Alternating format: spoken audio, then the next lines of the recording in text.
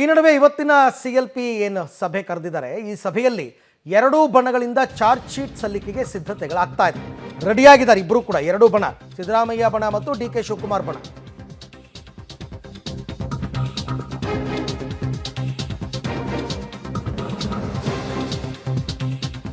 ಇವತ್ತು ಕಾಂಗ್ರೆಸ್ ಶಾಸಕಾಂಗ ಪಕ್ಷದ ಮಹತ್ವದ ಸಭೆ ಇದೆ. ಎರಡೂ ಬಣಗಳಿಂದ ಚಾರ್ಜ್ ಶೀಟ್ ಸಲ್ಲಿಕೆಗೆ ಸಿದ್ಧತೆಯಾಗಿದೆ.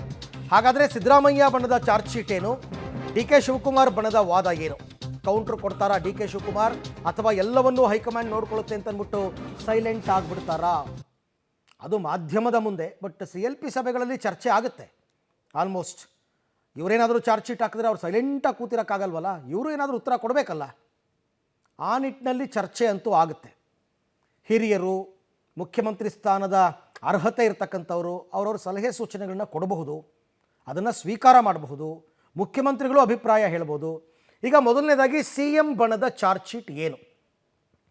DK ಶಿವಕುಮಾರ್ ವಿರುದ್ಧ ಸರ್ಕಾರ ಬಂದಾಗಿಂದಲೂ ಬರೀ ಅಧಿಕಾರ ಹಂಚಿಕೆಯದ್ದೇ ಚರ್ಚೆ ಆಗ್ತಿದೆ, ಬೇರೆ ಏನೂ ಇಲ್ಲ. ಅಭಿವೃದ್ಧಿ ಬಗ್ಗೆ ಮಾತೇ ನಡೀತಾ ಇಲ್ಲ. CMಗೆ ಅಧಿಕಾರ ನಡೆಸೋದಕ್ಕೆ ಬಿಡದೆ DK ಶಿವಕುಮಾರ್ ಪ್ರತ್ಯಕ್ಷವಾಗಿ ಪರೋಕ್ಷವಾಗಿ ಹಸ್ತಕ್ಷೇಪ ಮಾಡ್ತಾ ಇದ್ದಾರೆ ಅಂತ ಆರೋಪ.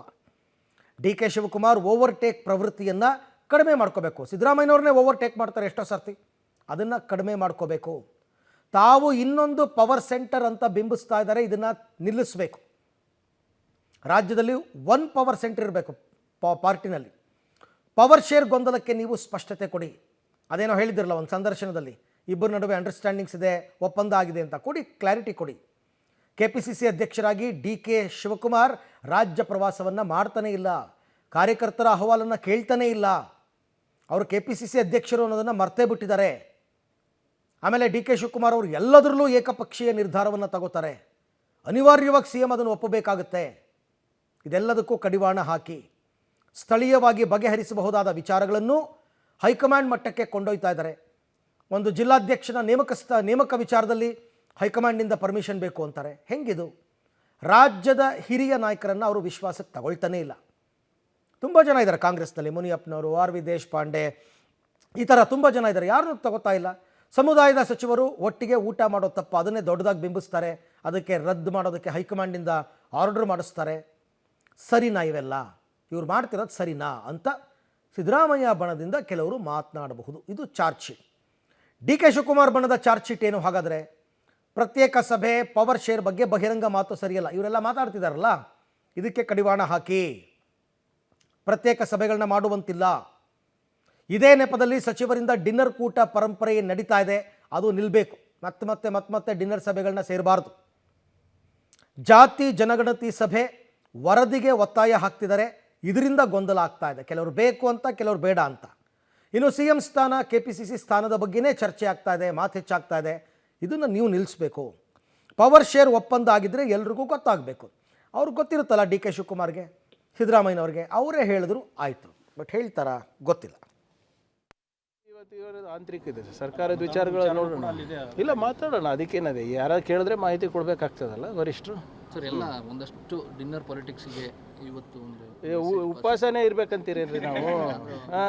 ಈಗ ನಾವು ನೀವು ಸೇರ್ಲೇಬಾರ್ದ ಊಟಕ್ಕೆ? ಊಟ ಮಾಡುವಾಗ ಬೇರೆ ಮಾತಾಡೋದು ಬೇಡ. ಈಗ ನಾನು ಯಾರು ಇವರು? ನಾನು ಪೊಲಿಟಿಷಿಯನ್ ಅಪ್ಪ, ನಾನು ರಾಜಕಾರಣಿ. ರಾಜಕೀಯ ಮಾತಾಡಿಲ್ಲ ಅಂದ್ರೆ ಇನ್ನೇನು ಮಾತಾಡ್ತದೆ? ಈಗ ನಾನು ನಮ್ಮ ಫ್ರೆಂಡ್ಸಿಗೂ ಕರಿತೀನಿ, ನಿಮಗೂ ಕರಿತೀನಿ. ಈಗ ನೀವು ನಿಮ್ಮ ಜೊತೆ ಮಾತಾಡಬೇಕಾದ್ರೆ, ಮಾಧ್ಯಮ ಸ್ನೇಹಿತರ ಜೊತೆ ಮಾತಾಡಬೇಕಾದ್ರೆ ಸ್ವಲ್ಪ ರಾಜಕೀಯನೂ ಮಾತಾಡ್ತೀವಿ, ಅದ್ರ ಜೊತೆ ನೀವು ಯಾವ ರೀತಿ ನಮ್ಗೆ ಸಪೋರ್ಟ್ ಮಾಡೋಲ್ಲ ಅದನ್ನು ಮಾತಾಡ್ತೀವಿ. ನಾವು ಗುಲ್ಬರ್ಗದವ್ರು ಸೇರಿದಾಗ ಗುಲ್ಬರ್ಗದ ವಿಷಯಗಳು ಮಾತಾಡ್ತೀವಿ, ಕಲ್ಯಾಣ ಕರ್ನಾಟಕದವ್ರು ಸೇರಿದಾಗ ಕಲ್ಯಾಣ ಕರ್ನಾಟಕ ಮಾತಾಡ್ತೀವಿ, ಡೆಲ್ಲಿಯವ್ರ ಜೊತೆ ಸೇರಿದಾಗ ಡೆಲ್ಲಿ ವಿಷಯಗಳು ಮಾತಾಡ್ತೀವಿ. ಅದನ್ನೂ ಮಾತಾಡಬಾರ್ದು, ಊಟನೂ ಮಾಡಬಾರ್ದು ಅಂದರೆ ಹೆಂಗೆ? ಆದರೆ ಸೇರ್ಬೋದು, ಊಟ ಮಾಡಬೇಡ್ರಿ ಅಂತನಾ? ಊಟ ಮಾಡಿ ಅದೇ ಇದೆಂತ ನಿರ್ಬಂಧ ಇವರೇ ನಿಮ್ಮದು? ಸೇರಿ ಊಟ ಮಾಡಿ ನೆಕ್ಸ್ಟ್ ಮೆನುನೂ ನೀವೇ ಫಿಕ್ಸ್ ಮಾಡಿ ಹೇಳ್ತೀರಾ ನಮಗೆ? ಇಲ್ಲ, ಬೇಡ ಅಂತ ಯಾರೂ ಹೇಳಿಲ್ಲ. ಬೇಡ ಅಂತ ಯಾರೂ ಹೇಳಿಲ್ಲ. ಎಲ್ಲಿ ಹೇಳಿದ್ದಾರೆ ಹೇಳಿ ಮಾಡಬೇಡಿ ಅಂತ? ನಾನು ಬರ್ತೀನಿ ಅಂತ ಹೇಳಿರೋದು. ಸಮುದಾಯದ ಶೈಲಿಯಲ್ಲಿ ಪ್ರಿಯಾಂಕ್ ಖರ್ಗೆ ಅವರು ಹೇಳಿದ್ದಾರೆ, ನಾವು ಊಟನೂ ಮಾಡಬಾರ್ದಾ, ಉಪವಾಸನೂ ಇರಬೇಕಾ? ಓಕೆ, ಇವೆಲ್ಲವೂ ಕೂಡ ಒಂದು ರೀತಿಯಲ್ಲಿ ಚೆನ್ನಾಗಿರುತ್ತೆ. ಬಟ್ ಏನು ನಡೀತಾ ಇದೆ ಆಂತರಿಕ ವಲಯದಲ್ಲಿ ಅಂತಕ್ಕಂಥದ್ದು ಗೊತ್ತಿರುತ್ತಲ್ಲ ಎಲ್ರಿಗೂ ಸಾಮಾನ್ಯವಾಗಿ.